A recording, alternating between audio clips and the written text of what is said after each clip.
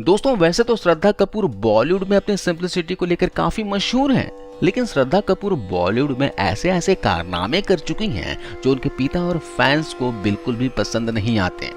श्रद्धा कपूर के ऐसे ही काले कारनामों के बारे में जानकर उनके फैंस हैरान रह गए थे। तो आज की इस वीडियो में हम जानेंगे श्रद्धा जितनी भोली भाली दिखती हैं, असल जिंदगी में वो कितनी भोली भाली हैं। दोस्तों श्रद्धा कपूर बॉलीवुड में जब से आई हैं तभी से अपनी एक फिक्स इमेज के साथ काम करती हैं। श्रद्धा कपूर के पिता शक्ति कपूर 80-90 के दशक के मशहूर विलेन रह चुके हैं। श्रद्धा की मौसी पद्मिनी कोल्हापुरी और तेजस्विनी कोल्हापुरी भी फिल्मों में हीरोइन रह चुकी हैं। इसके अलावा सुर कोकिला, आशा भोसले, लता मंगेशकर और उषा मंगेशकर ये सारे बड़े बड़े कलाकार श्रद्धा कपूर के रिश्तेदार ही हैं। श्रद्धा कपूर के बचपन का वातावरण फिल्मी माहौल का रहा है। इन्होंने अपनी पढ़ाई दोस्तों मुंबई से की थी। अगर इनकी क्लासमेट और जिगरी दोस्तों की बात की जाए तो आतिया शेट्टी जो सुनील शेट्टी की बेटी हैं और जैकी श्रॉफ के बेटे टाइगर श्रॉफ, ये दोनों श्रद्धा के बचपन के दोस्त रहे हैं। 12वीं क्लास के बाद श्रद्धा कपूर बॉस्टन यूनिवर्सिटी चली गई, लेकिन अचानक श्रद्धा की किस्मत चमक गई। मतलब श्रद्धा को फर्स्ट ईयर के दौरान ही फिल्म ऑफर की गई जिसका नाम था तीन पत्ती, जो कि 2010 में आई थी। फिल्म मिलते ही श्रद्धा को लगा कि अब उन्हें सुपरस्टार बनने से कोई नहीं रोक सकता। श्रद्धा को पहली फिल्म मिलते ही इतना घमंड आ गया जिस वजह से उन्होंने अपनी पढ़ाई बीच में ही छोड़ दी। दोस्तों श्रद्धा ने तीन पत्ती फिल्म में बहुत बड़े बड़े कलाकारों के साथ पहली बार काम किया था, लेकिन ये फिल्म कब आई और कब चली गई किसी को पता नहीं चला। फिल्म फ्लॉप हुई या फिर हिट हुई किसी को नहीं पता। इसके बाद 2011 में श्रद्धा कपूर की एक और फिल्म आई।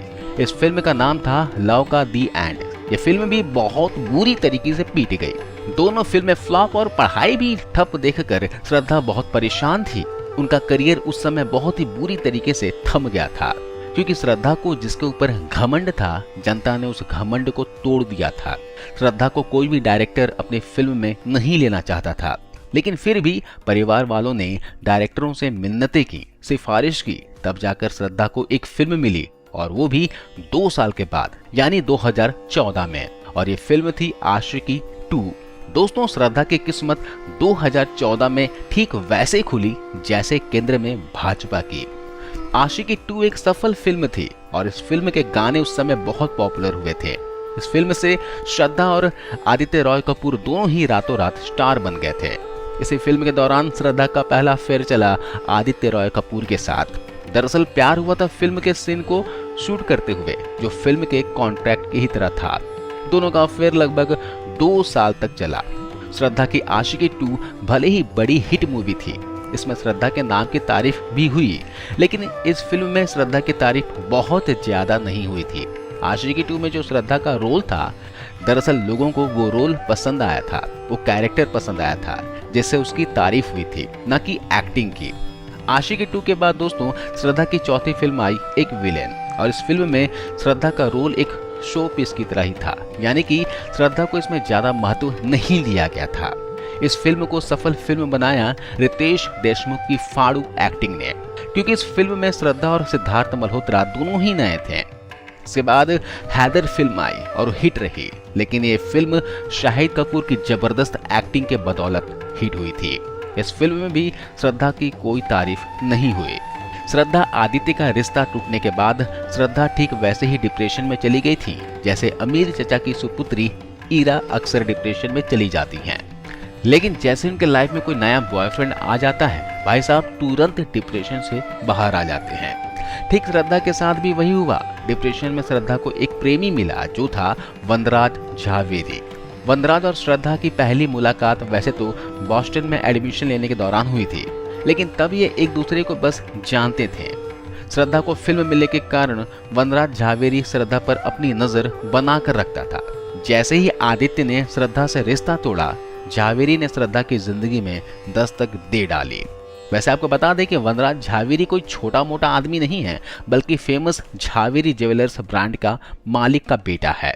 इन दोनों का अफेयर भी लगभग 2 साल तक चलता है, लेकिन श्रद्धा को जब 2 साल तक कोई फिल्म नहीं मिली तो दोनों के रिश्ते में खटास पैदा होने लगी और रिश्ता टूट गया। वनराज से रिश्ता टूटने के बाद मैडम श्रद्धा ने एक बार और फिर अपनी किस्मत आजमाई, लेकिन इस बार जावेद अख्तर के पुत्र फरहान अख्तर के साथ अपना चक्कर चलाया। दरअसल दोस्तों, फरहान श्रद्धा साल 2016 में एक फिल्म में एक साथ काम कर रहे थे और फिल्म थी रॉक ऑन 2। रॉक ऑन 2 के दौरान ये बातें मीडिया में आने लगी थी कि फरहान और श्रद्धा का अफेयर चल रहा है। दोनों पार्टीज और क्लब में एक साथ दिखने लगे थे। इसी दौरान जब फरहान श्रद्धा के रिश्ते की खबरें मीडिया में उठने लगी तो ये बात फरहान की पत्नी अधूना को भी पता चल गई, जिस वजह से अधूना फरहान से पूछती हैं कि मुझसे शादी करने के बाद भी किसी और लड़की के साथ उसने अफेयर क्यों बनाया। लेकिन फरहान कोई जवाब नहीं देता, बल्कि अधूना से लड़ता और उसे मारता पीटता और 3 तलाक की धमकी देकर शांत कर देता।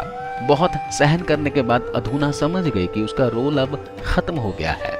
अधूना ने समय रहते फरहान अख्तर को खुद ही तलाक दे दिया और उससे अलग हो गई। वैसे दोस्तों, फरहान के रिश्ते टूटने की वजह श्रद्धा को बताया जाता है, लेकिन यहाँ फरहान भी कम नहीं था। एक घर वाली और एक बाहर वाली से जमकर मजे लेता था। हम यदि इनके तलाक की वजह श्रद्धा को बनाएं तो ये भाई नाइंसाफी होगी। फरहान और अधूना का रिश्ता टूटा तब उनके शादी के 16 साल हो चुके थे, लेकिन फरहान ने एक और अफेयर चलाया। जब मीडिया में ये बात उछाली गई कि फरहान का तलाक श्रद्धा के कारण हुआ है तो ये खबर शक्ति कपूर जी को भी पता चल गई। शक्ति कपूर ने श्रद्धा को साफ कहा कि वो शादीशुदा लड़के को छोड़ दें। उन्होंने कहा कि जो आदमी 2 बच्चों का बाप होकर 16 साल की शादी नहीं निभा सकता तो वो तुमको कैसे रख सकेगा, या फिर क्या गारंटी है कि वो तुमसे रिश्ता जोड़कर किसी और लड़की को अपना शिकार नहीं बनाएगा। शक्ति कपूर ने श्रद्धा को साफ शब्दों में कहा कि उन्हें उन दोनों का रिश्ता बिल्कुल भी पसंद नहीं है। लेकिन जैसे श्रद्धा कपूर पर फरहान ने वशीकरण कर दिया हो, श्रद्धा अपनी पिता की बातों को नकार रही थी और उसने एक और कदम उठाया, जहां वो श्रद्धा के साथ संबंध बनाने के लिए लिव इन रिलेशनशिप में रहने लगे। शक्ति कपूर को जब यह बात पता चली कि श्रद्धा कपूर फरहान के साथ लिव इन में रहने लगी हैं, तो वो एक दिन फरहान और श्रद्धा के फ्लैट पर पहुंच गए। शक्ति कपूर के साथ पद्मिनी कोल्हापुरी भी गई हुई थी, जो श्रद्धा की मौसी थी।